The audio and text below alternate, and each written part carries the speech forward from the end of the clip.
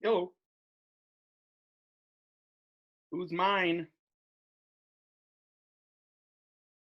Who's mine? I'm gonna remove you. Speak up or you gotta go. All right, mine is going.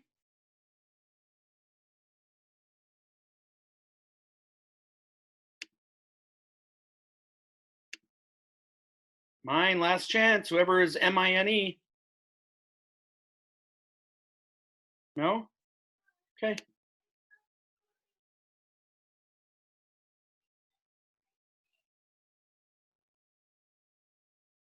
Who's Jaime? Who's Jaime? No? Okay, gotta remove Jaime. I don't know who that is. Hello? Hello? Oh, sorry. Good morning.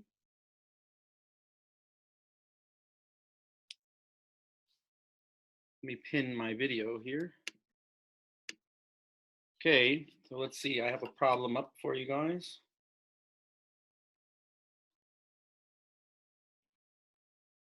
We'll be starting in, I don't know, 8 or 9 minutes. New update on retakes is available on Schoology. It tells you about retake day is next Wednesday. If you're needing a retake, you get one retake. And I'll put them all up at the same time at 2 o'clock next Wednesday. Mr. Rosenthal, Mm-hmm. Terry says you kicked him, and he can't join back. I've moved other people and they joined back. Like Dylan yesterday, I removed him and he joined back. So I don't know if that's accurate. Mr. Rosenthal? Now I gave a warning. He came in with the wrong name. Who did you say it was? Terius? Terius came in with a name that was not, I didn't recognize. And so I said, He said he was about to change it, and then he said you kicked him before he could change it. Okay, well, he needs to try to come back in. Maybe one of you can send him the link to come back. Or Mr. Rosenthal. Otherwise, you'll have to watch the video later. I can't have people coming in with names I don't know, because I don't know who it is. It could be hacked and somebody could be in here that we don't want in here. So if people are going to come in without their name, how did you guys come in and it knew your name in the first place? Because you could change it. Yeah, so when he came in with mine, or with maybe it was the Jaime or whichever one it was, he must have written that, and that was a bad choice. Mr. Rosenthal? I don't think they can hear you. They can. You should be able to come back in. Is Dylan here? Hello? Can anyone hear me? Yeah, we can hear you.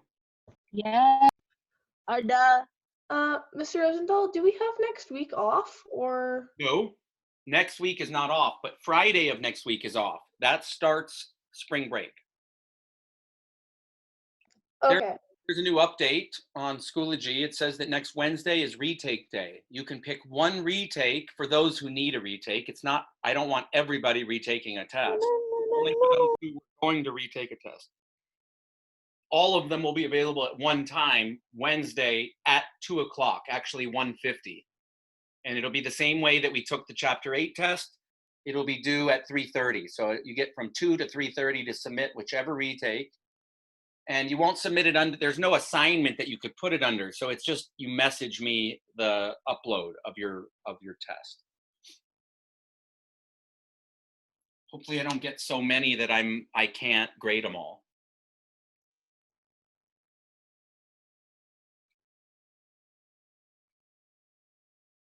It should be just a small handful of people, I'm expecting, who needed one in the first place.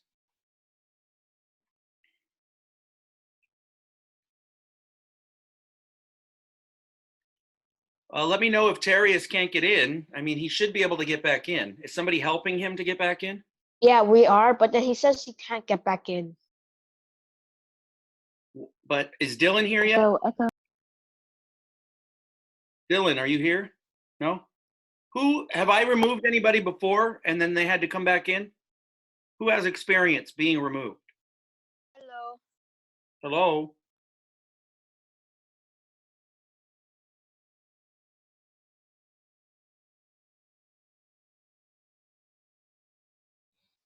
Anybody? Then he'll just have to watch the video later, I suppose. Unfortunately, should not come in here with a different name.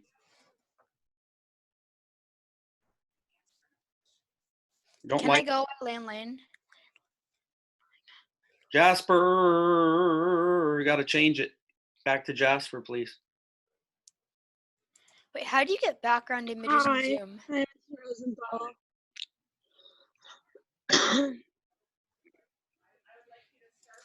Lane, Everett, you got to change it to Everett Lane, please. Hi, Mr. Rosenthal. You guys need to come in Hello. with your name, first and last, preferably. Okay? So that I know who's who. I appreciate that. Did you say the Snapple fact yet? No. Is Dylan here yet? Good. No.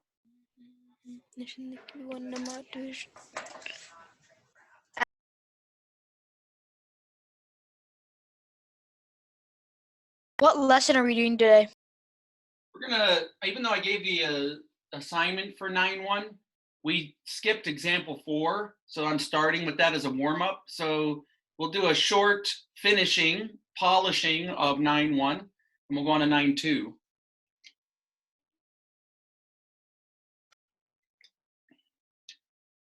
Oh, I can give the Snapple fact. The earlier Snapple fact from this morning's geometry class was that Teddy Roosevelt was the only president who could only see out of one eye.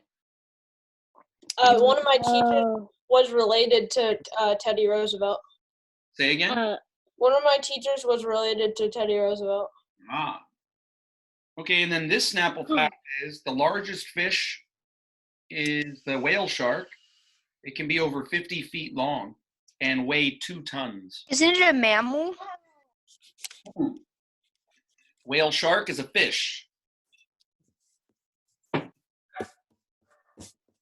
If it's a mammal, then the whale shark would not be as large as the blue whale. So blue whale is the largest animal on the planet. Now, living thing, living organism, there's, I don't know, there you have the general You're right. in the general grant tree. But then some people say there are these fungus or, I don't know, algae or something that make up one organism that stretches over a large area. I've read about that. Apparently, if like a bunch of them come together, they can create like a hive mind and share experiences to create like the best probable ways to find food. Mhm. Like they can navigate through mazes in a matter of hours. Mhm. It's crazy. The world's largest living thing is Millaria ostoye. Or as Thanks, it's we all nicknamed, understand is that. Here, humongous here. fungus. Okay, so An Terry's got organism back that in. covers Okay, good. Now I removed 2 people. I don't know who the second person is. Shia, some reason you're coming up twice. I don't know why that is. But I'm not worried about that.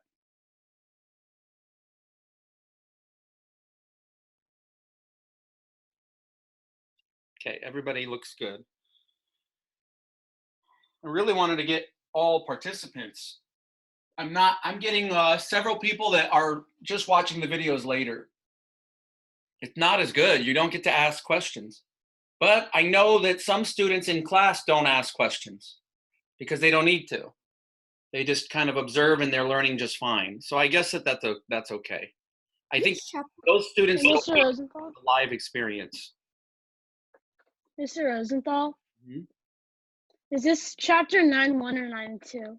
This is still 9-1 because there were a Oh. couple things that we skipped over that I wanted to polish up. So you can do this problem while you guys are, Oh, Mr. Rosenthal, okay. how are you grading our quizzes? I didn't give you a quiz.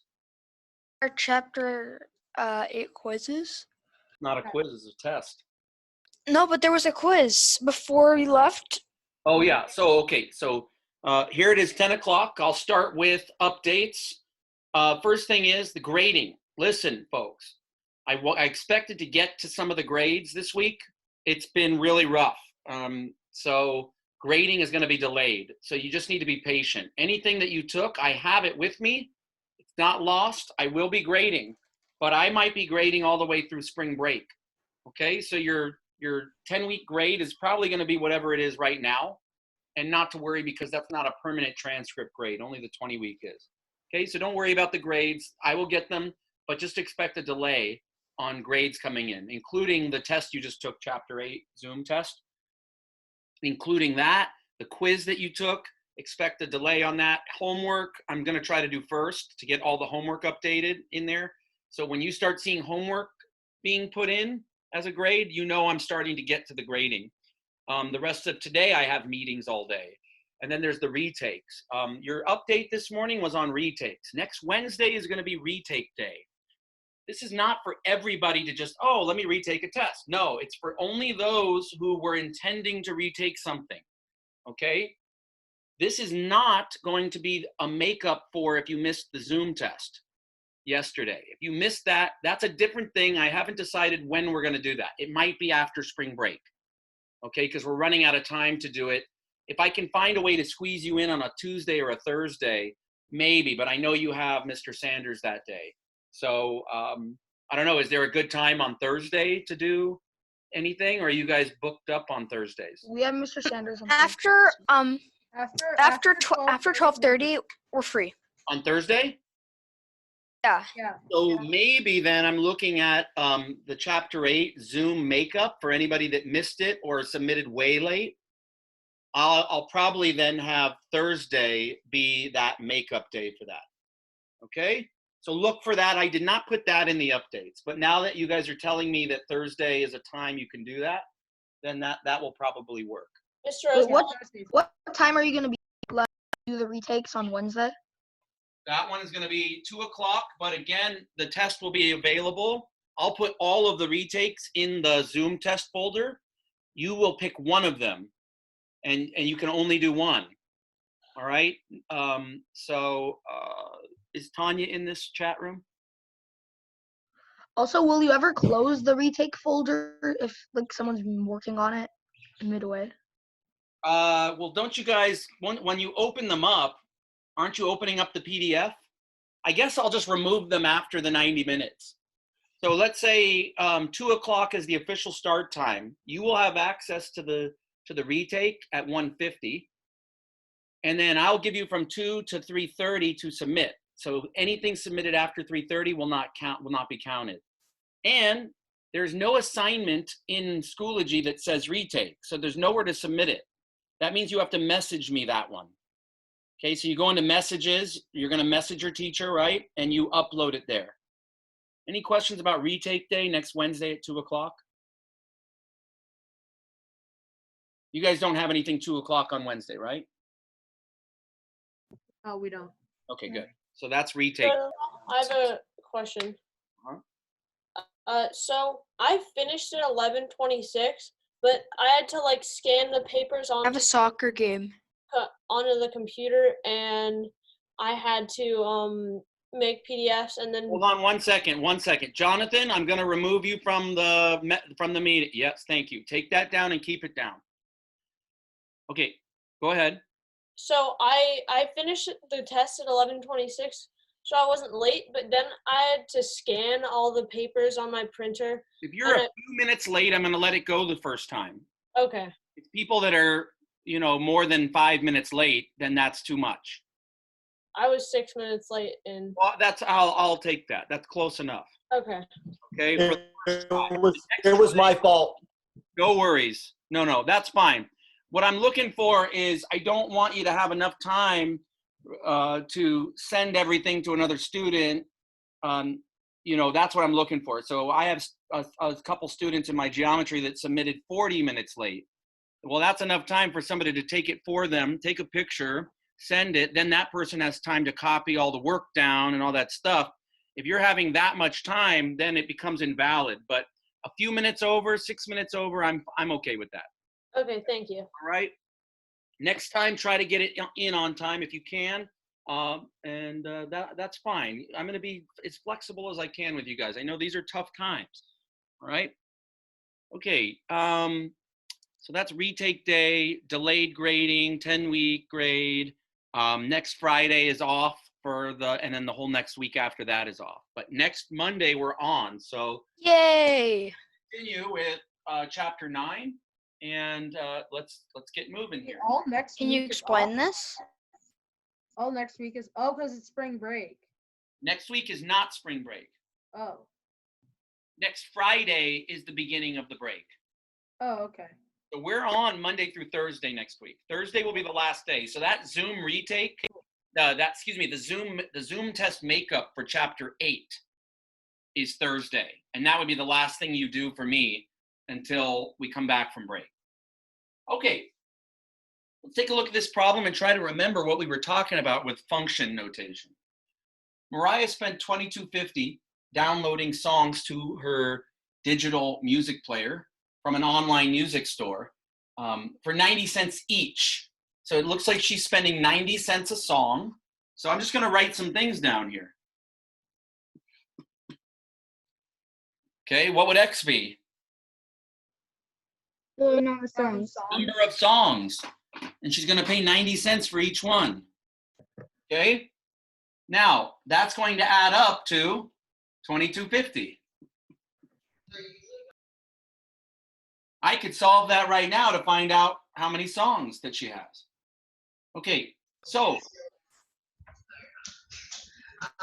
identify the independent and dependent variables. What would be the independent variable?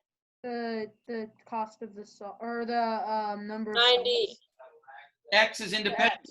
I can change the number of songs. I can buy 1 song, 2 songs, 3 songs, 4 songs. That's free to change. I get to choose how many songs to buy. So that's independent. Independent variable. Y would be this total. That would depend what the price came out to. Would depend on how many songs you buy. That makes sense. Okay, literally. Get it? Sense? C-E-N-T-S? Yeah. Sorry. Now, write a function to represent the total cost of any number of songs.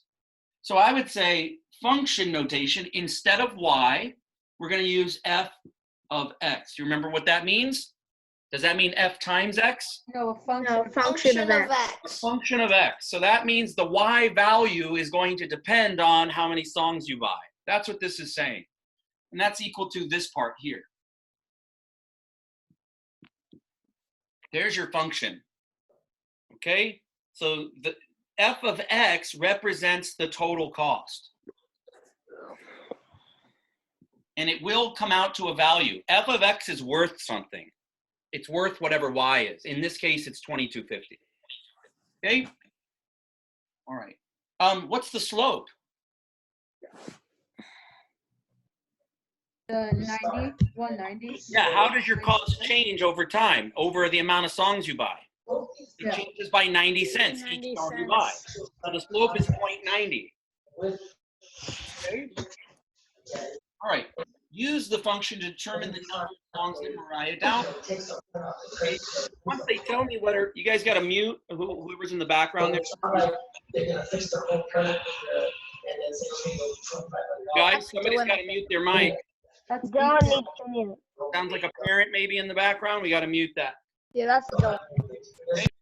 All right, so that being said, if they give you the total cost, it says in the beginning she spent $22.50, then you already know what f of x is, $22.50. So it's that original equation that I wrote, okay? And then how do you solve it? Well, you got to divide by 90 cents to find out how many 90 cents she spent. So divide by 90 cents on both sides. So 1x, representing the number of songs, will be solved once you do this division. Okay, so I can do that. Okay, and 9's going to go in exactly. So let's see, 2, 25 times. She bought 25 songs. Okay, it's really the same as equation solving, but we're talking about it with respect to what depends on what, and it's a function, and it's a machine. I put in 25 songs, I get out $22.50 as my cost. Remember that function machine? They look like a movie projector. Or wouldn't you put in the money and then you get out the songs? I put in, you always put in the independent variable. You Oh. put in X, what comes out, Oh, yeah, that's true. what comes out is f of X, the 2250, and that 2250 depended on how many songs I put in, right? So I put this amount of songs in, I get out a cost, right? Think of it as a machine that spits out outputs for every input. Remember, each input has to have a predictable output, and it does. And what sets that is the slope. The slope is what is helping us determine that. Okay? That kind of connects it all together. Any questions about that? Mr. Rosenthal? Yes. So Nikhil just told me that he can't get into Zoom. Well, somebody has to help him because everybody else knows how to get in. So You might be using the wrong update because there's two. yeah, can you text him? He has to use the most recent update, not the first one at the bottom, but he has to go from top and scroll down until he sees the latest one. Okay. Probably using the wrong one. All right. That's what happened to me today. Wait, Mr. Rosenthal, I'm very confused. I'm listening. is it okay if you post it again so we don't have to scroll down a bunch? No, what should you do? Let's figure this out together. Why don't you scroll down Mark it. Mr. and copy and paste, hold on, copy and paste it into a Word document. Send it to Okay. yourself. Put it in your phone in a notepad. You take responsibility. Okay? I'm having this issue with the teachers that are asking me to send emails that way and resend and things. Listen, I don't ever have to ask anybody to do that because if I need something that I'm going to use over and over again, I put it in my phone in a notepad or I save it to a Word document that's on my desktop. I can just go in there and copy and paste onto any site I want or any app I want. So that's going to be, I want you to learn that, how to take responsibility. Yes, it would be easy for me to post that again, yes. But I want you to learn to do that. Okay? You got to learn to be self-sufficient. All right, so you scroll down one time, find it, and put it somewhere that's easy to access. Okay? Mr. Rosenthal? Yes. Okay, you said Mr. Rosenthal. I said yes. Question? Oh, no, it's because with me there's a Zoom thing and you just press an arrow and it shows me all the codes for whatever meeting that I went into. So I just press it. You're in the app, right? Yeah. That's maybe because they don't have the app. Yeah. But maybe they should get the application. Okay. Okay. All right, let's move on to, I already gave you guys the homework for this, right? Hey, Mr. Rosenthal? Yeah. Mr. Rosenthal? Yes, I gave you the homework for that? Yeah. Mr. Rosenthal? Uh-huh. So, I just texted Nikhil again, and he said that he did the most recent one, and it said, like, he can't re-enter the meeting. Okay, so Terius, how did you re-enter the meeting? I joined in a different device. Okay, so can you tell him he has to join on a different device? Okay. Thank you. Thank you. And that's probably because he came in with the wrong name. I removed 2 people, so he was probably one of the ones. Oh. Yeah, so I think he needs another device. Okay, I'm going to close up this lesson, and I'm going to start time 2 now. Okay, so we 200. Okay. Warm-up has for us after I angle this up. And it says, Mr. Rosenthal? mhm. Is the homework you assigned for 9-1 due today?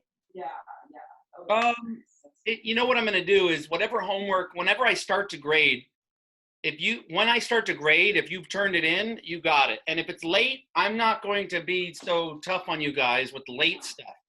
Once I start grading, if it's not there, I will put missing. But once you turn it in, I will not mark it down for late. I'll just give it full credit. Okay. Thank Okay. you. All right. arithmetic sequence. An arithmetic sequence means you're adding to the same thing each time, like a slope.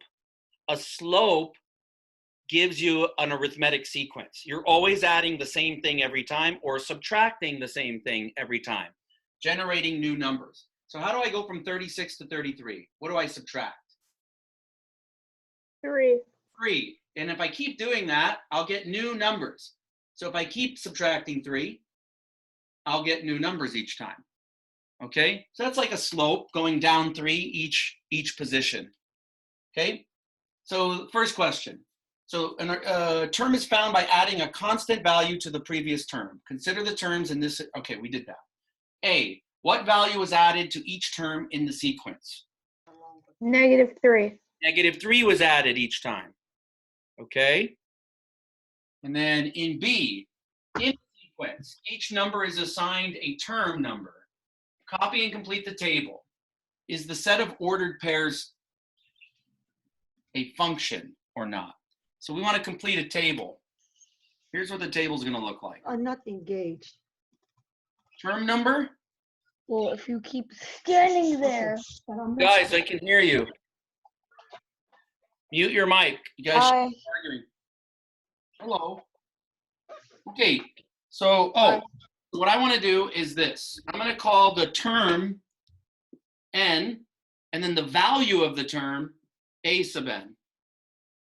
Or another way to call it is x and f of x, but we don't know if it's going to represent a function or not yet. Okay?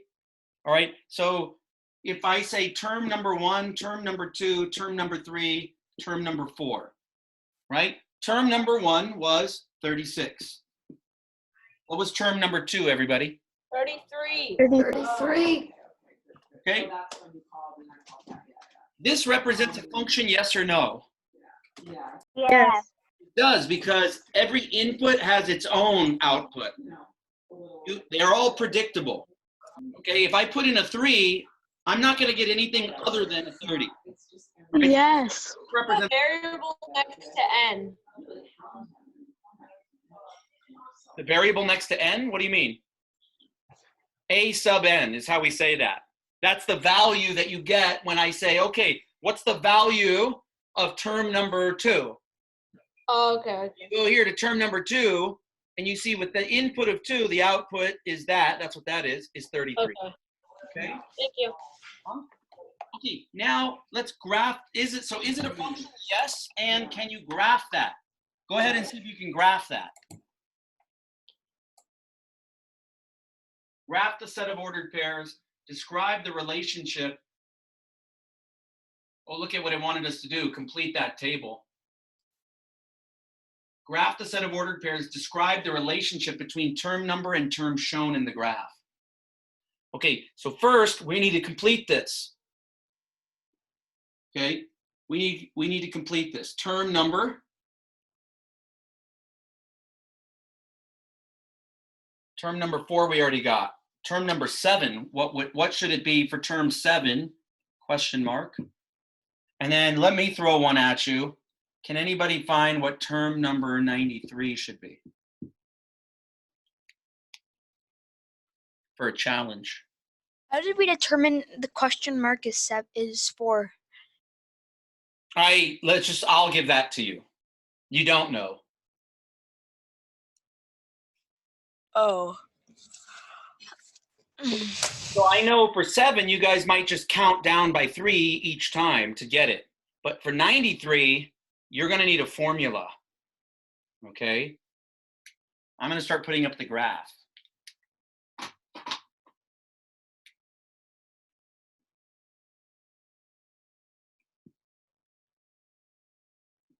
So this is a sub n, this is n, or this could be x, and this could be f of x. And here I'm counting by ones.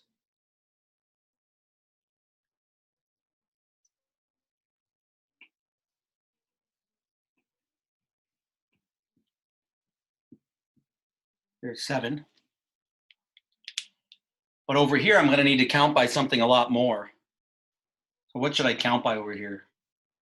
maybe 10s or 4s. No, maybe by 3s. 3, 6, 9, 12, 15, 18, 21, 24, 27, 30, 33, 36. There we go.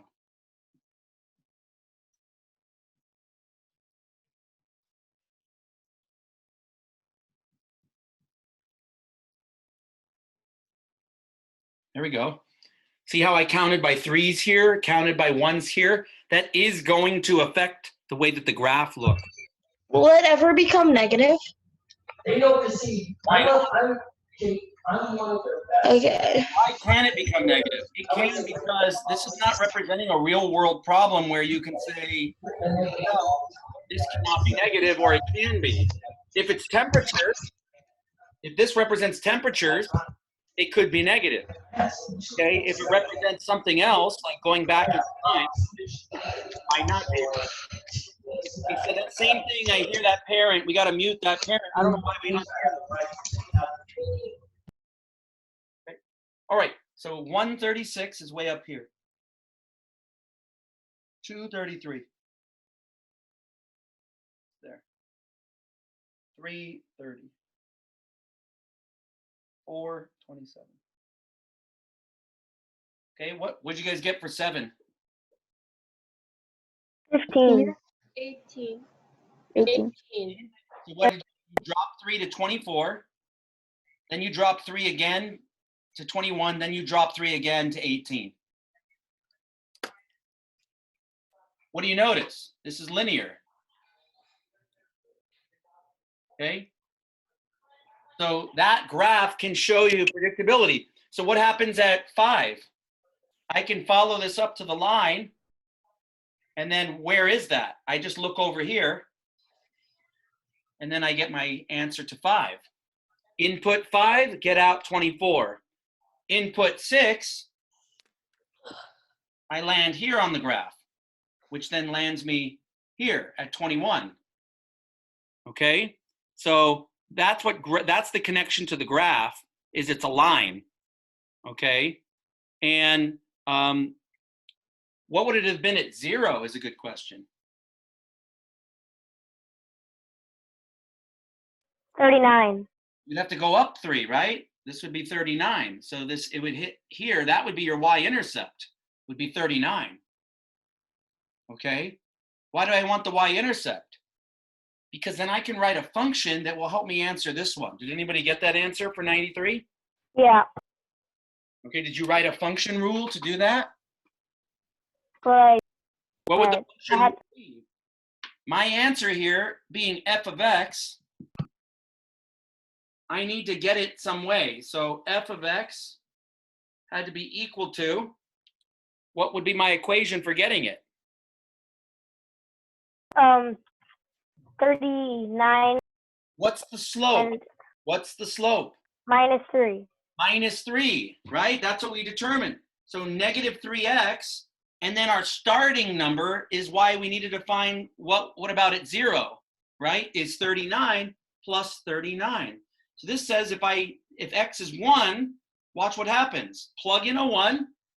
What's negative 3 times 1, everybody? -3. Then you can go ahead and take the 3 away from 39 to get, so input of 1 gave us an output of 36. Let's try it for another one. What if I input 4? We know what we should get. Well, 4 here means that we need to subtract 3 4 times. So subtract 12 from 39, and you get your 27. So if I make a function, then I can find large numbers. Instead of having to count down all the way to the 93rd term, I can do the millionth term just by plugging in this input here. So now I just have to do 93 times -3. What is 93 times -3? 274. 279. 279. -279. That makes this here -279 plus 39. Now that goes left and that goes right. So what do I end up getting? -240. 43. 240. 240. So it would go way down off the screen. to negative 240 would be where that would be. Why is it plus 39? Well, where's the Because y? that's the y-intercept. You Oh, need to okay. find where for the 0 term. That is your y-intercept. That tells you where the starting number is. Starting from 39, each term, the first term is 3 less than that. Right? Okay. Yeah. All right, any questions? All right.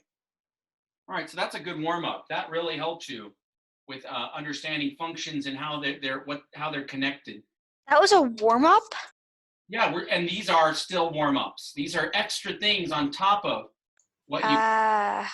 Okay, now see if you can make sense of this on your own for a minute, and then I'll start helping you out. So go ahead and read this. Let me blow this up a little bit more. What does it say? I can't read it. Is this 9-2? This is 9-2, yeah. Is that Gotcha. a little bit better? You need Can't really read. bigger I than can't that? really read it. You can't read it? Okay. No. Okay, so bigger? Yeah. Go to 235. Did that help at all? Let's go to 250. There we go. That's about as big as I can get it. I might be able to get it a little bigger. Should we go to 270? It's fine. There, that fits. How's that look? Okay, It's good. that should be legible. Okay, so Why are there? this tells you f of x, the value of it depends on what x is, of course. And the way you do it is by multiplying x times 4 and subtracting 3 from it. G of x is a different function. It's not the same as f of x. It's its own function, and this function has its own rule. Whatever x is, that would be the same x you would use here, but in this one, you would multiply it by 8 and add 2. Of course, multiplying something by 4 and subtracting 3 is going to get you a different result than when you multiply it by 8 and add 2. So these different functions, think of 2 different machines you put an x into, you get out different things. Think of 2 toy machines that both take a quarter. You put in a quarter, you get out one of those bouncy balls, right? In the other machine, you put in the same quarter, and that one gives you play, right? What do those things give you? Candy, right? So these are 2 different function machines. You can put in the same amount of x's, and you'll get out 2 different answers, okay? But what is this saying? This is saying you're using the F machine, the F1, and what are you putting into that machine? The G1 and You 3. got for the answer to putting a 3 into the G machine. So you put a 3 in the G machine and get an answer. Whatever that answer is, put it into the F machine. That's how you do that problem. So go inside to here, put a 3 in the G machine. Here's the G machine. Put a 3 in. What do you get? 26. Whatever 26. it's just a number that you get.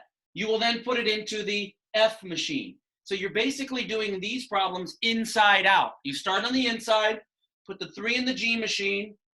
Once you get an answer, put that answer in the F machine. If you don't know what I mean by machines, this is putting it into the G machine, G of x. You're going to put in the x value of 3, G of 3. You're going to put 3 there. You're going to get 24 plus 2, 26. 26 then is what I put into the F machine. 26 times 4 is 104, minus 3 is 101. So the answer to A should be 101. Hopefully you can do letter B now.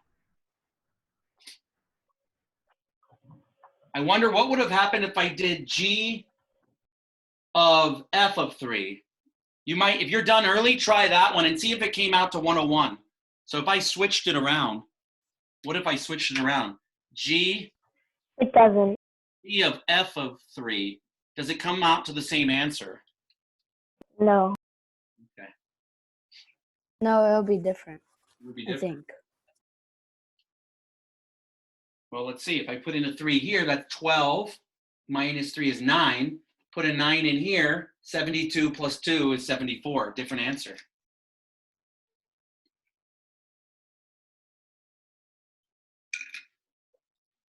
And I always liked doing these when I was doing this in school. These were always pleasant to do. Once you understand, we get students that look at this and it's just having a rough time understanding what do they mean by all this stuff. That's why I taught you about the machines, the function machine, and getting a picture of input, output. Yeah, that makes it more like comfortable. Yeah, understanding that makes it easier to understand functions. Okay, and you're going to be doing a lot of this in algebra and algebra 2. You're going to be doing this. Okay, so let me just put the first one up. Okay, so first find g of 3. So g of 3 is equal to 8 times 3 plus 2. Notice I use this function. I plug the 3 in. That's what that means. Plug 3 in for x for the g function. Here's the g function. Plug 3 in. 24 plus 2 is 26. So then I go back to my original, and now I know what I'm plugging in here. F of 26. Now I know I'm using the f function this time, not the g function. I'm using the f. And now I have to follow this rule. Take the 26, 4 times 26 minus the 3. That's 104 minus 3, 101. So the answer to this is 101. Okay, when we did it here, we got 74. So these were different answers. Any questions about A? Anybody? Oh, some of you are posting answers about B. Oh, good. I see Nikhil here. Okay, so no questions for A. I'm going to go to B. I'm surprised. Last year we had a lot of questions about this problem. A lot of students not understanding. I think it's because I didn't teach the machines, the function machine. For some reason, that seems to be. Okay, g of f of 5. So you find out what is f of 5. I need to know what that's worth. So we start with f of 5. That means we're using the f machine. 4x minus 3 is what we're using. And instead of x, we're going to put the 5. Mute yourself. If you're making noise, you got to mute yourself. You're not listening. Whoever's making that noise, they need to mute.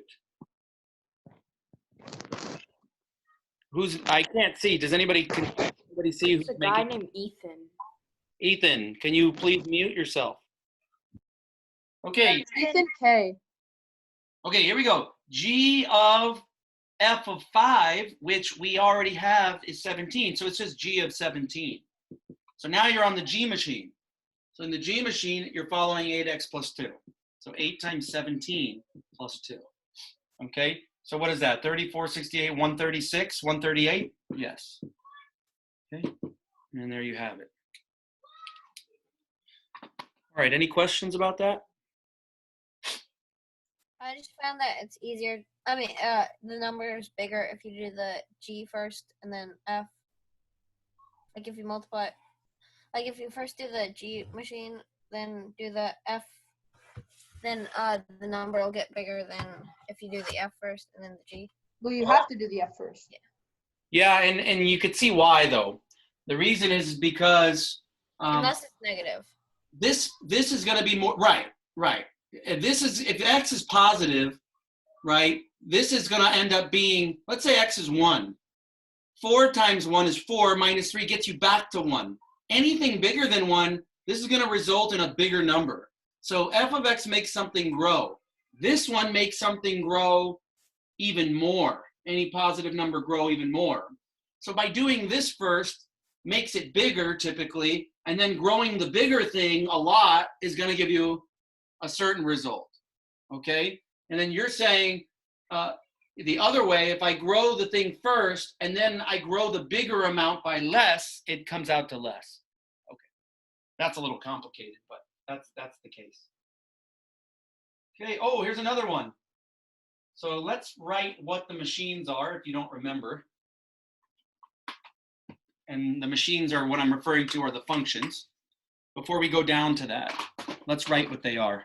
You have f of x is 4x minus 3, and g of x is 8x plus 2.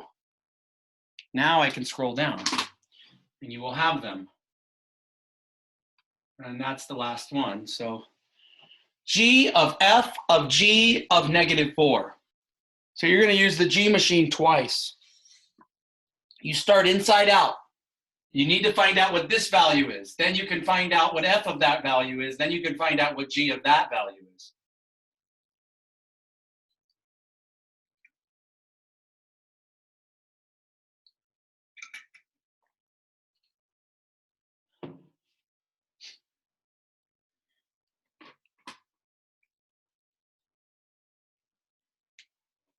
You can post it in the chat. So I'm not going to do it. I'm just showing you the first step is to find out what that is. I need to find out what that inner part is.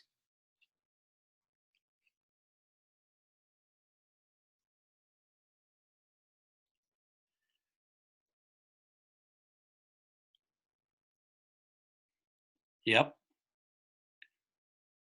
Keep going, Galileo. You got the inner part. I got 2 different answers from Haley and Daniel. I haven't done the problem yet, so I don't know which one's right.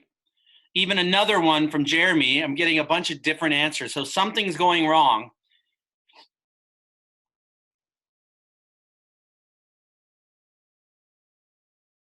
Okay, 2 people are getting the same answer here. That doesn't make it necessarily right. A number? I'm glad to see you got in, Apollo. Apollo, if you're lost, speak up. Speak up now. Do you know what orange means?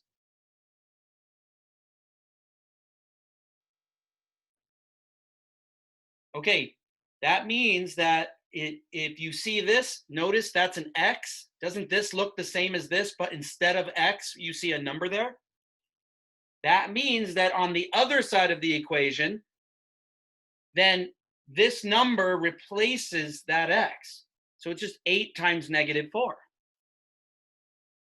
8 times negative 4 is negative 32. Plus 2 is negative 30. Okay, so now I can go of negative 30. Because g of negative 4, you can substitute negative 30 here. And I'll change up the color. So now I'm going to do this part. F. F of g of negative 4 is f of negative 30. Now look, f, you can't use this one. You have to use this one. Negative 30 replaces x, so it replaces x here. 4 times negative 30 is negative 120. Negative 120 minus 3 is negative 123. And finally, this is g of f of whatever you got, which was negative 30. Okay, f of negative 30 was negative 123. So this whole thing, f of negative 30 is negative 123. So I'm going to be finding g of this answer. You just get, once that you get the answer to 1, it goes into the next machine, which gives you another output. That output goes into the next machine, which gives you another output. Okay, so g of negative 123. Go back to your g function. Negative 123 replaces x. I'm going to need to multiply by 8. It's going to give me a negative number. Okay, so that's 800. And then 16. No, sorry, 20 times 8 is 160. So 960. And 84. I Plus- got it right. What chapter is this? I got that. I got 982. Me Negative too. 900. Yeah, I got it. That's the answer. This- Negative. What chapter is this? chapter 9. No, I mean, what section? 2. 9-2.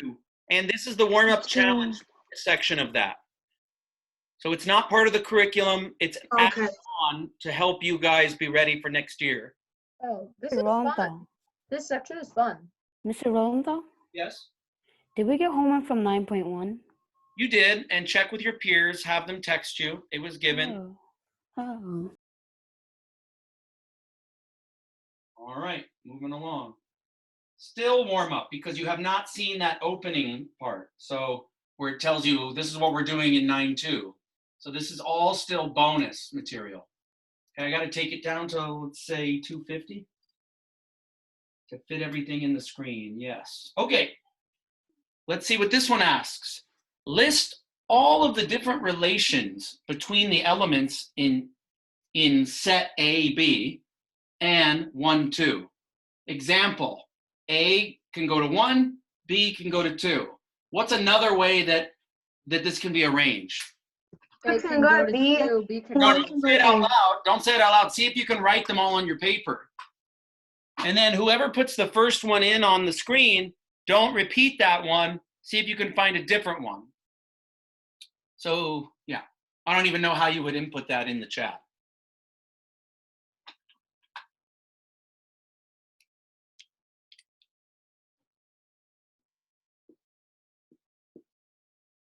I would say A gives you a 1 and B gives you a 1. Now, it does not say function. It says relations. So you can give me ones that are functions and ones that are not functions. That's just one.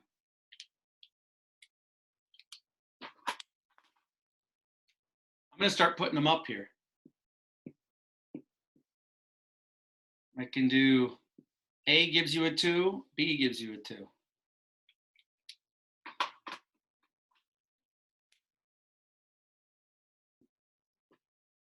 Let's see. I can do A gives you a 2, B gives you a 1. Is that it? No, A gives you 1 and B gives you. Oh, no, that is it. Are you sure? What if A gives you 1 and it gives you 2? Oh. Right? And B gives you 2. It's not a function. What if B gives you 1 and 2, and A gives you 2 and 1? Okay. All right, that's going to be another case. You're right. Hey, but it's relations, not a function. So I can do the same one. Ask for it to be a function. It didn't know. It's only a relation. A relation cannot be a function. We showed that. Okay, that's the same as this one. What's a function? So B can go to 1. Let's see. B also go to 2. I had that here, right? B goes to 1 and 2. All right, hold on. That'll be the last one. Now I can do the same thing I did with A, and I can make B go to 2 different ones and A only go to 1. I'm trying to do it in an organized way. Okay. Then I can do A, B, 1, 2. I can go B goes to both and A goes to 2. And then I think I'm on the final one. What color have I? 1, 2, 3, 4, 5, 6, 7. 1, 2, 3, 4, 5, 6, 7. I guess I'll use black. It's harder to erase, but we'll do it. And then what's this last one going to be? They both go to both, right? Can they not go to anything? There are 9 arrangements. This arrangement, that's an interesting concept. What if they don't go to anything? Yeah, I guess they could. B does But not. is that not a relation anymore? No, I guess not. I guess it's not. I mean, B would not exist then. I don't know. B doesn't get you anything. Can B go to A? But not getting you anything would mean it gets you 0, right? That's an interesting question. You'd have to think about that one, contemplate that. But the point of the matter is this. Now, which ones are functions? Is red a function? No. Yes. Yes. You guys can one at a time talk about. Oh wait, yes, it is. Okay, Because don't say it is, say why.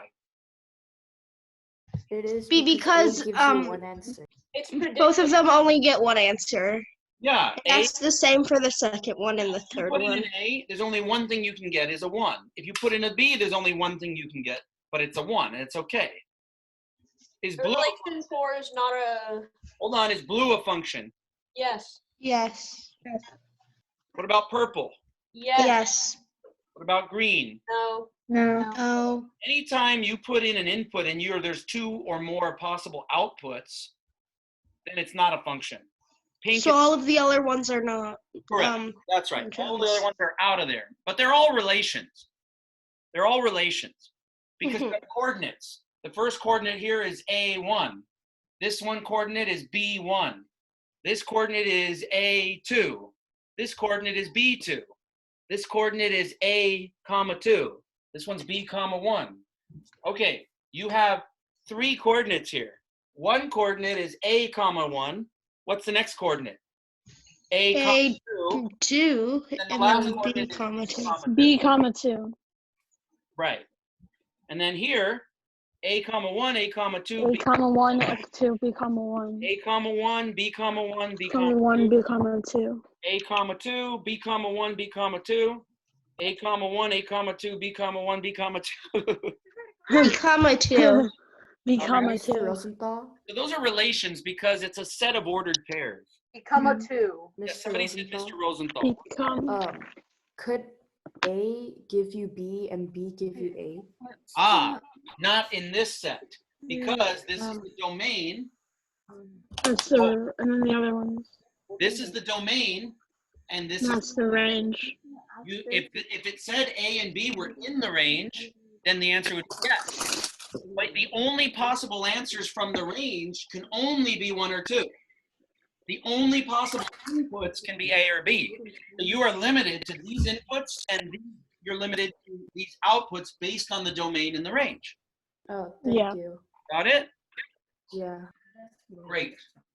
It could sort of be like that though if you make A and B are the same answer. Like if A equals 1 and B. Oh, okay, yeah. All right, here we go. More warm-up material. These are the best problems, by the way. Okay. Suppose, guys, some of you need to mute yourselves. Who's making the noise?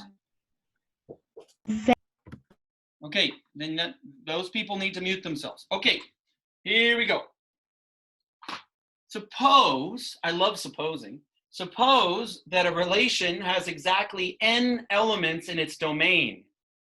What would that look like? So if this is the domain set, you would have element number 1, whatever that is. So we would call that, let's say I have the nth element.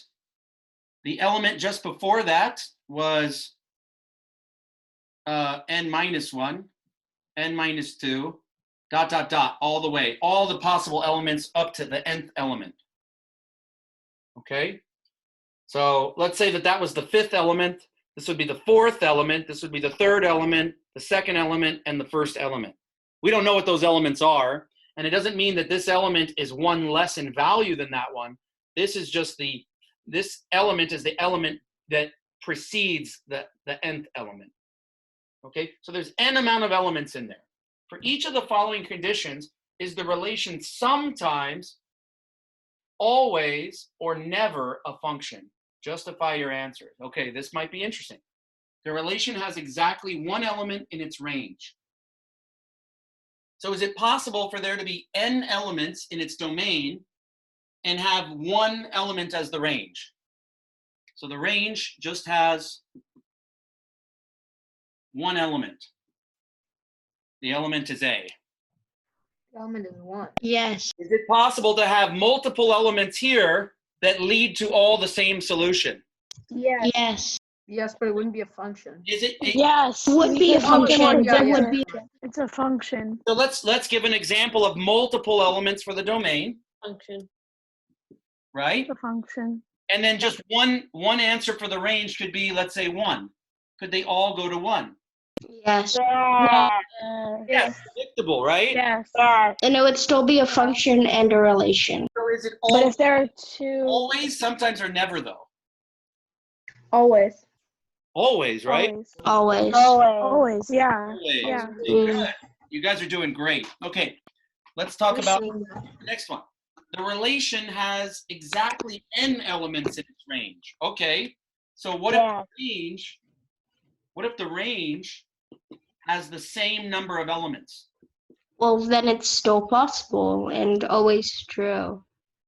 Oh, wait, no, it's only sometimes true. Sometimes. So It's only sometimes. let's say there were 4 elements here and exactly 4 elements here, just as an example. So you have A, B, C, and D, and you have 1, 2, 3, and 4. Does that always have to be a function? No, it can also just be a relation if one of the domain leads to 2. There's an example already where it's not. Happens. By 2, I don't mean the number 2, I meant 2 of the range. Oh, say that again? It's only a function if they only lead to 1. Right, and that's what the definition of function is. Every input has exactly 1 output. Okay, so I have lots of combinations. I can have them all be equal, all go to 2. All right, they can all go to 2 and that one goes to 4. Right? All right, so that's still a function. So you can have situations where it is a function and situations where it's not a function. So this answer is what? Sometimes. Sometimes. Good. Sometimes. Okay. What if the relation has exactly n+1 elements in its range? How would I say that? It's never. +1. It would be wait. if there's 4 in the domain. Hold on. What's 1 less than n+1? N.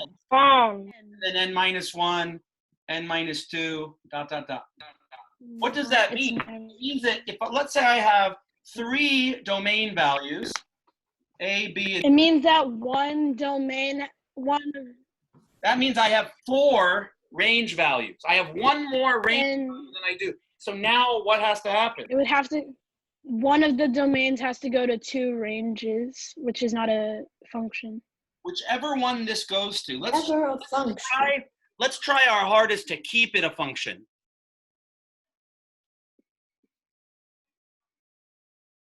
Nope. Because we can't see the 4th one. 4 has to show up. We can't see the 4th one. Yeah. If 4 has to show up, let's say 4 has to show up. Then in order it has to at least repeat twice. I mean, all of them could go to 4, right? One of them has to go. And so this is impossible. This cannot be a function if you have more range values than you have domain values. Okay.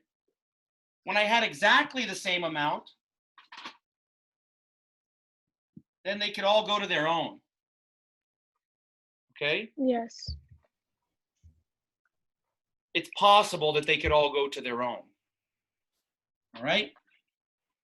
If there's one more range value than domain value, it could still be a function because then like everything would still have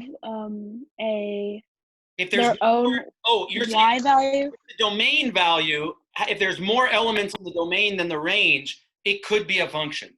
No, if there's more, if I have more of these, yeah, A, B, and C, and that. If I have less range values than domain values, then it's okay that's still a function. Yeah. Now I can make it not a function. So it's sometimes, right? Yeah, it's sometimes. But once you have more range values than you do domain values, you run out of options. So if I have that, this has to go to something. We can make it go to 4. This one could go to 3. This one could go to 1. But then you need to fill in the other one. Right. And then once you do that, it can't be. All right. Yeah. So in the last one, it's never a function if there are more range values. Even if there's one more range value, it cannot be a function. Yep. Okay. Excellent. Mr. Rosenthal? Yeah. Is there some sort of formula that can show you how much the probabilities of different ways to match things increases with the really? That's called combinatorics. Combinations and permutations. We learn formulas for how to know how many ways are there to choose a certain number from a set of numbers. But Oh. Mr. Rosenthal, Huh? what if you had all of those rules in what if you combined all of those rules? How would you do that? Well, like what if you had like all of the rules in like the same relation? So like, or that wouldn't work though, right? Well, we gave you different scenarios of how many ways are there to arrange the domain A and B with the range 1 and 2. But you saw all the different combinations you can do there. So that's a way to think about a combination of things. Okay? And then in this example, so the first example was this one. In this example, it lets you understand that if you don't have this, what happens if you have the same amount of elements in the domain and range versus when you have only one range value versus when you have more range values than domain values, you can't have those all at the same time. So Oh, that's true. now I could have, let's say I could have A and B be true at the same time. Because then if there's one domain and one range, then that's it. Then they have the same number of elements and there's one element in the range. So these could be true when it's 1 and 1, A and 1, right? If I have A only and 1 only, then that's it, right? So that could be for both A and B. But you can't also then at the same time have 2 range values and 1 range value at the same time. Okay. And you can't have more than n amount of elements and have n amount of elements. Okay. Okay. All right. All right. Let's move on to the next challenge. I like when there's a ton of challenges like this. Okay. Oh, these are all challenge problems? Yeah. You survived the challenge. Yeah, these are all See the board. God, these are challenge problems. Okay. Try this one on your own. Let's see how you're getting this. Without my help, take 1 minute. Go. I cannot read Our that. whole lesson right now is turning out to just be these challenge problems, which I am totally fine. It's -1. Oh, there we go. Don't shout out any answers, by the way. Put them in the answer key.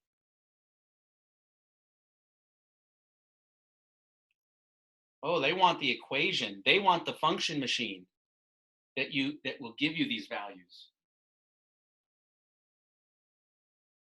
Oh, this is a great problem for algebra. If you have this, you are really on your way.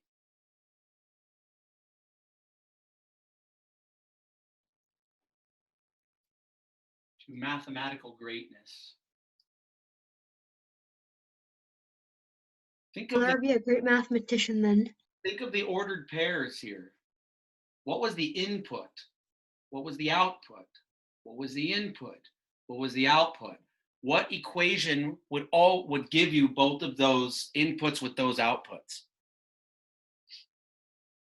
Maybe you make a table and figure out what the y-intercept has to be. Think about what the slope would have to be. How did the input change and how did that affect the output? How did the output change? What is slope? It's the change in output, delta y. Slope is delta y over delta x. So this is change in output over the change in input. So what you're doing when you're looking at slope is, well, what did I do to my input? I changed it. I bumped it up 4. So if I bump my input, my denominator up by 4, how did my output change? My output bumped up not by 4, it bumped up by 15. That tells me what my slope is. So for every input change of 4, I bump up 15.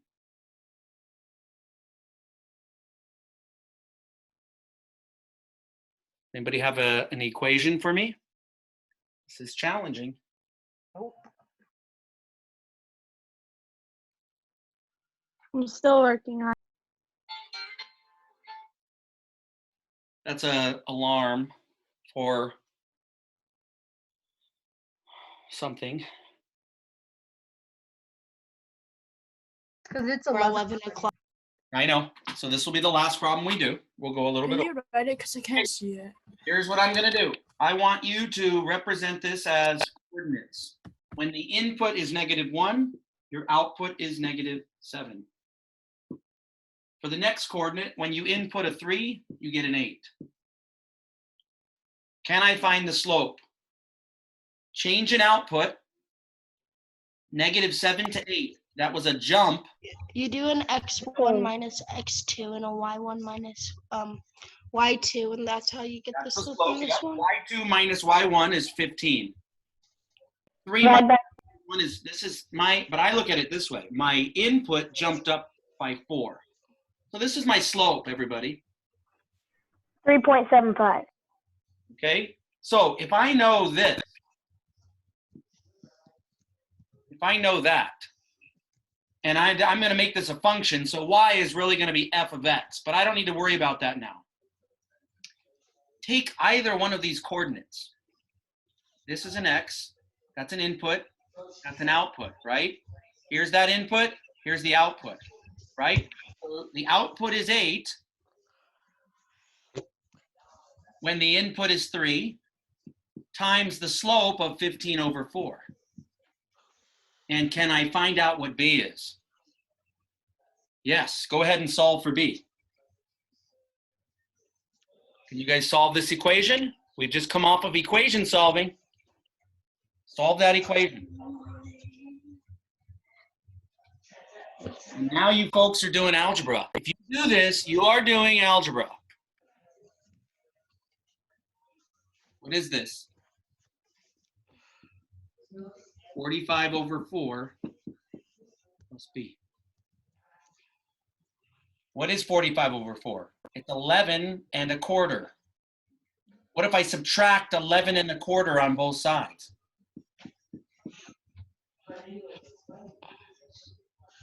I will have solved for b. You know, we're getting low on the board here. What is that? -3 and a quarter. That's b. Yeah. Okay, let's write our function then. F of x is equal to our slope, which we got here, times x. And then look down here. That's your b plus this. And that's a negative, so I could just say minus 3 and a quarter.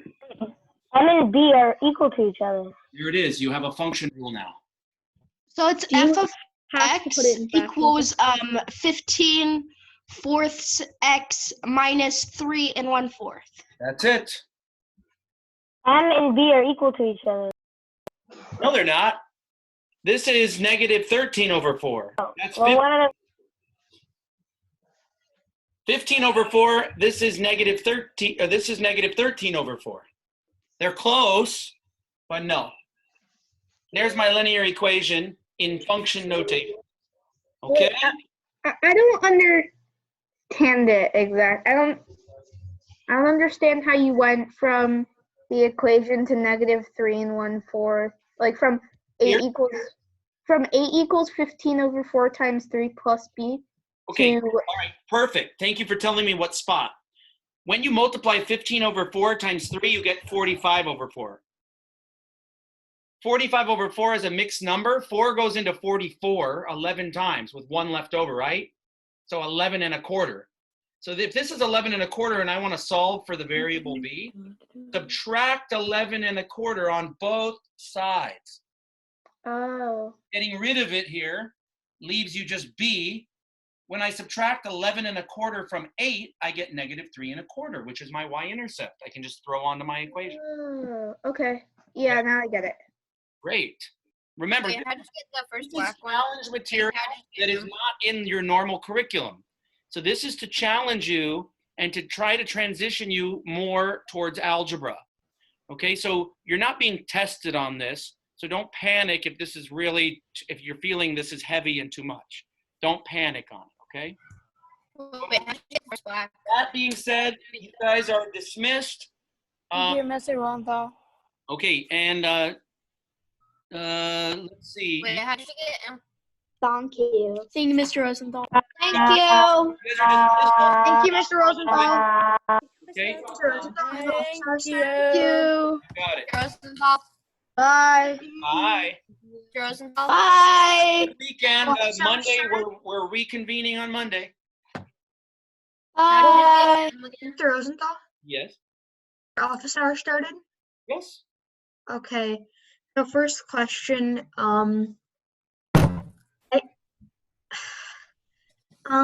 so you know in chapter 9.1, Yeah. I did not get that whatsoever. And so I was just gonna ask you what makes a function a function? You have to start with the definition of a function. Okay.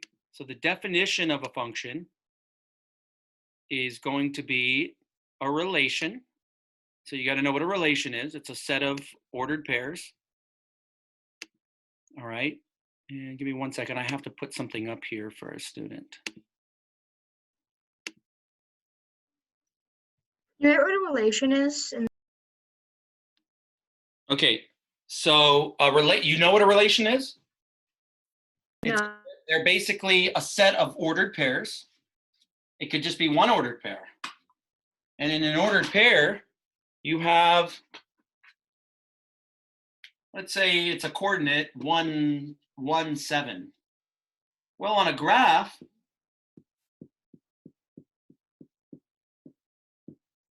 that's a point. Okay, that represents a relation. It's a set of points or a set of ordered pairs. So I could have a bunch of points. And what that means is that this point is not just an X and it's not just a Y. It's not 1 and it's not 7 in isolation. It's the relationship between 1 and 7. That's what this location is. What is the relationship between, that's that location. That location is the relationship. So that point on the graph is called a relation. Yeah, or a set of points is a relation. Okay? Now, a function is a special set of points. It's a special relation in which if I say what the input X is, there's only one point above or below it. If I have 2 is my X, there's only one point above or below that. Okay, so every X I put only has 1 point. Now, if I put X is 2 and I see that there's 3 and there's 4, it's not a function because for X is 2, there are 2 locations. There's 2, 3, and there's another location, 2, 4. So for an X of 2, you get 2 different locations. So then that's not a function. So a function is defined as a relation in which every input X has exactly one output Y.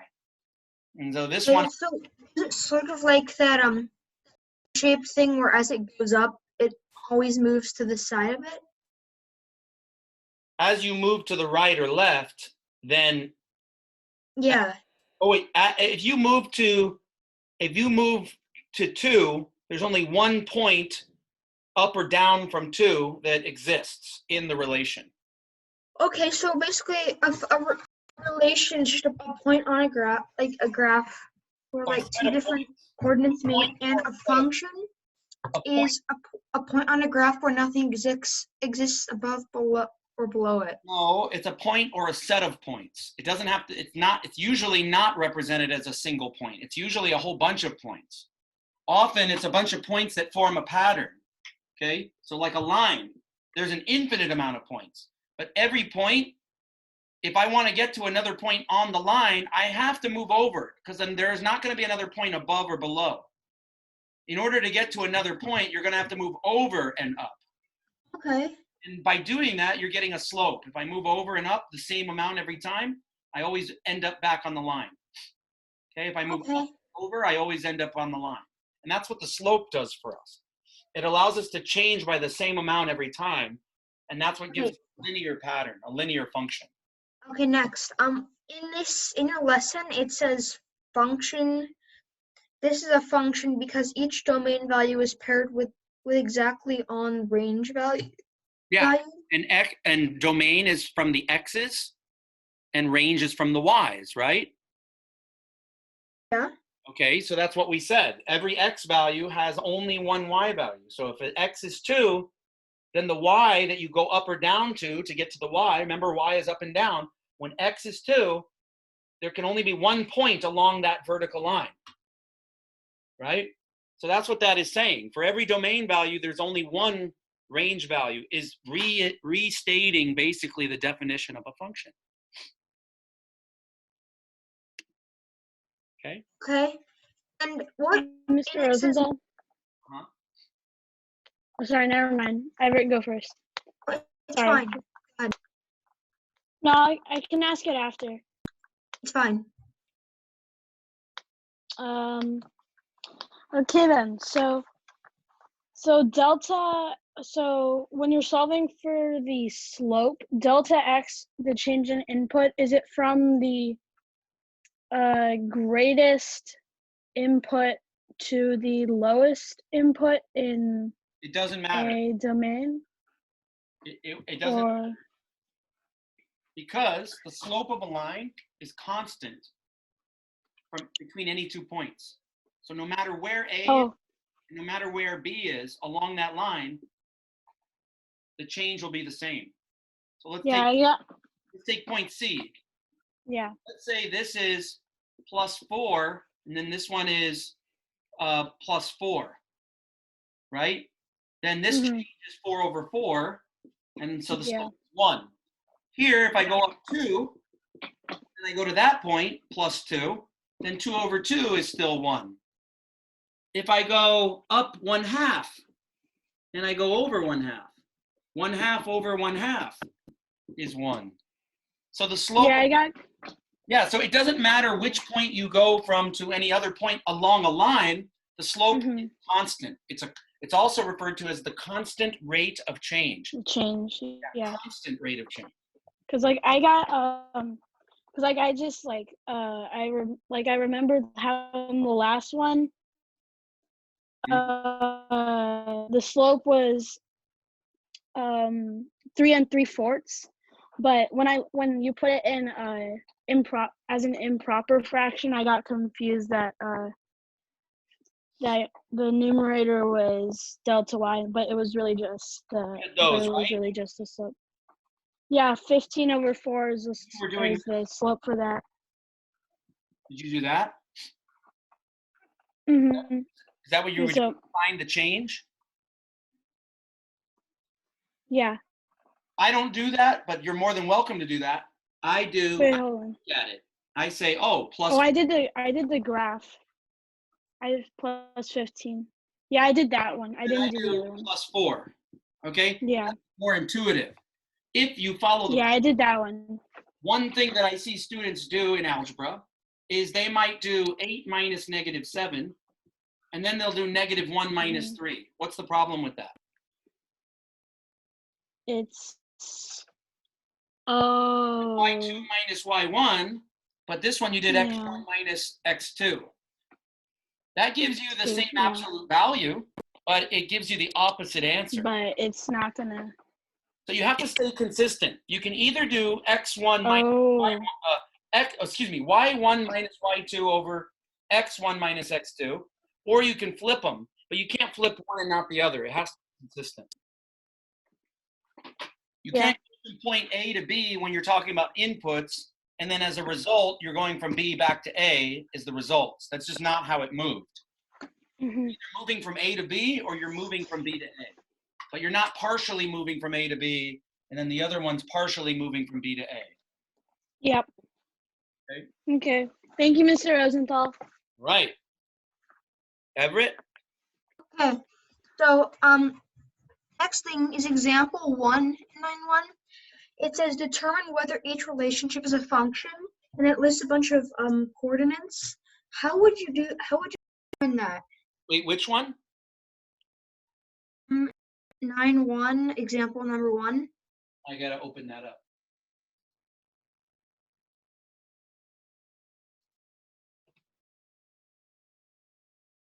Example 1? Yep. It's example 1, question A. The table.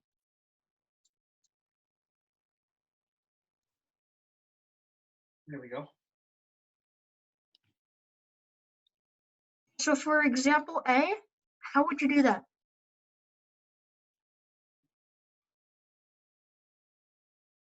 All right.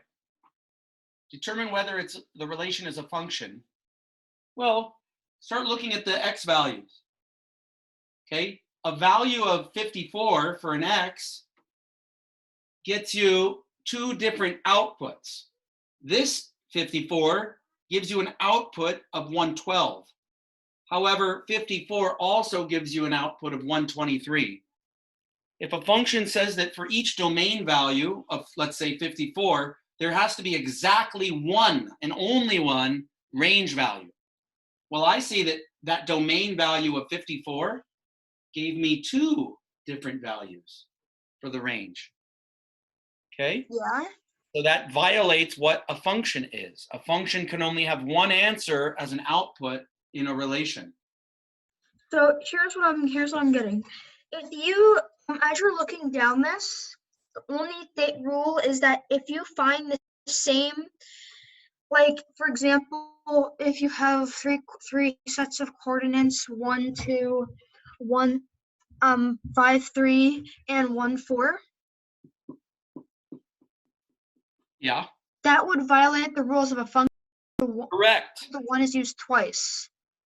Okay, what about this? That also violates the rules of the function because the first and third are the same. It doesn't violate the rule of a function. Does it? No, the domain value of 1 and a domain value of 5. And then what are your range values? 2 and 3? Uh-huh. 1 gets you a 2, 5 gets you a 3, 1 gets you a 2. Oh, you're right, because The same one. yeah, No they're the violation. same, so it One doesn't. does not give you some separate answer. Right? The one gives you the exact same answer, so it doesn't technically doesn't right. To do what you're doing, look to see if the x repeats. And usually that will give you the answer, unless they try to trick you this way by giving the same exact coordinate twice. That's how they would try to trick you. Students will use that trick that you came up with, which is good, which is look for x repeating. Automatically, x does not repeat. Guess what you've discovered? It's a function. No, why repeating? X does not repeat. It's automatically a function. When it repeats, look to make sure that there's two different answers. What about 56? Does 56 repeat? Yes. Two different answers, right? Uh-huh. Not a function.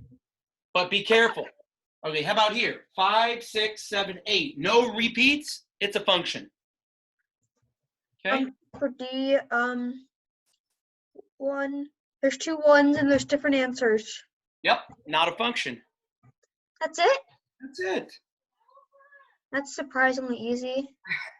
That's good to hear. Okay. Okay. One more question. What is a vertical line test? Okay, so vertical line test.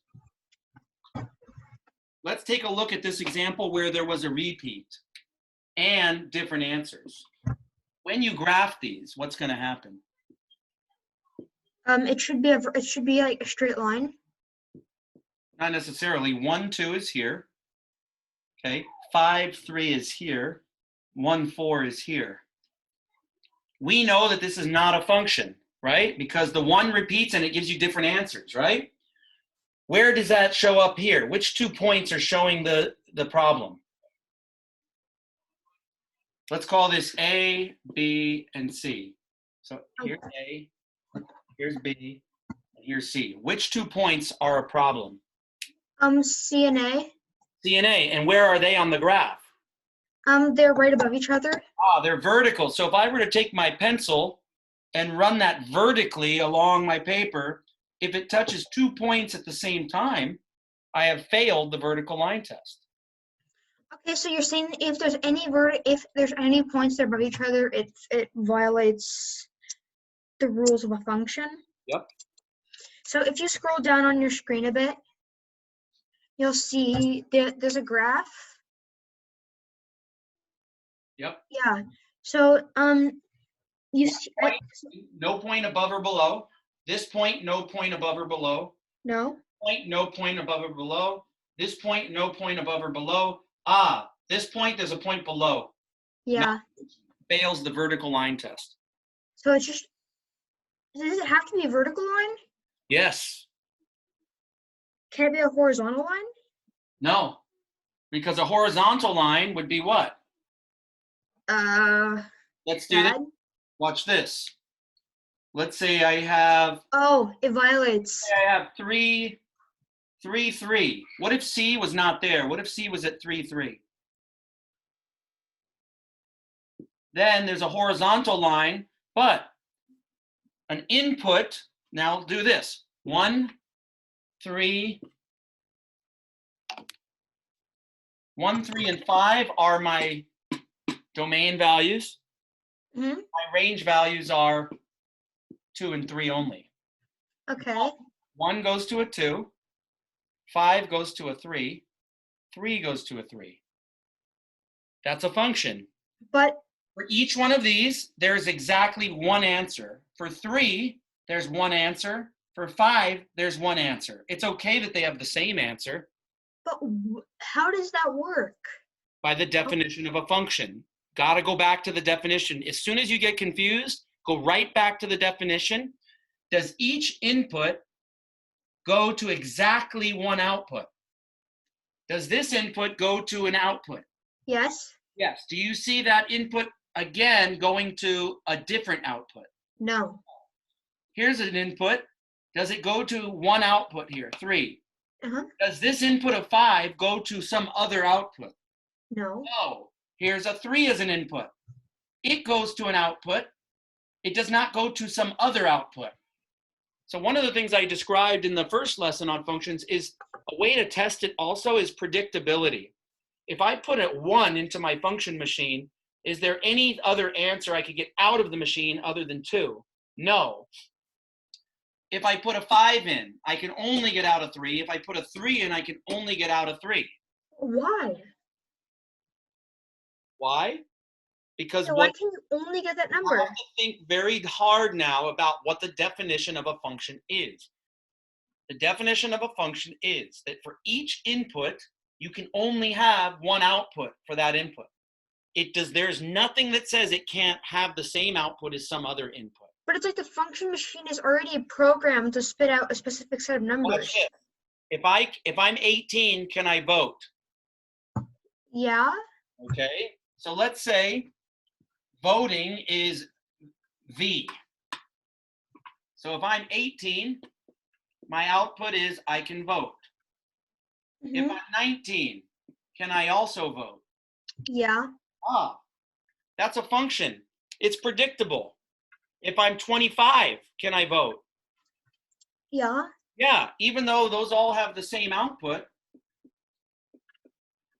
they have different inputs that all lead to the same answer. That's still a function.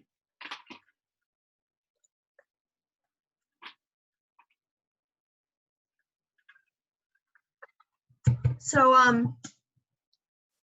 okay, that makes sense. Well, thank you, Mr. Rosenthal. Okay, here, let me give you an example of a real situation that's not a function. Okay. Let's take somebody who is 4 feet tall, okay, and their grade in the class is an A. Let's take somebody who is 5 feet tall, and their grade in the class is B. Let's take somebody who is also 4 feet tall in the class, but their grade is a C. If I asked you, here's student A, student B, student C. If I tell you, okay, Everett, I'm only talking about one of the 4-foot students. You can rule out, you know who I'm not talking about, but do you know what the grade is for that 4-foot student? You know for sure what that grade is. If I don't tell you it's person A or person C, I just tell you we're talking about a 4-foot student. Do you know what grade they have in the class? For sure? Yeah. either person A or person C. You don't know which it is. You just know they're 4 feet. Both of these students are 4 feet tall. Are you going to know what the grade is? Yeah, because it goes A, B, C, D. No, I'm telling you, I'm not telling you which student I'm talking about. I'm just telling you I'm talking about a 4-foot student. How many students fit that description? 2. Okay, what's the grade of the 4-foot student that I am talking about? I'm thinking of one of them. And it's A? yes. Do you know which one I'm talking about if I say I'm talking about a 4-foot student? No. You don't know, right? But do you know what their grade is? No. You don't. It's either not a function. Why didn't you know? because there's 2 4-foot students and they have different grades. And there's no. That's exactly right. And that's the principle. Oh, I see it now. Oh, if you just move the feet, it turns into coordinates. Right, exactly. All right. So what if both 4-foot students had A's? Then would you know what, if I said a 4-foot student, would you then know what the grade is? Yeah, because both of them have A's. Okay. What if I had a 6-foot student and they had a B? And that's student D. If I said I'm talking about a 6-foot student, do you know what the grade is? Yeah. What's the grade for the 6-foot student? A B because there's only one. But there's another student that's 5 feet and they also have a B. Ah, that's okay, isn't it? It's okay for 2 different inputs to have the same output. That's okay because you can still predict it based on the input I give you. If I tell you, if I say, what's the grade of the 5-foot student? You know. Once I tell you the same input of 4 feet and there are 2 possible answers, it no longer functions as a predictability model. Okay? Okay, I get it now. Excellent. Thank you, Mr. Rosenthal. All right, you got it. I'll see you on Monday. Have a great weekend. See you too. Bye. Thank you. All right, bye.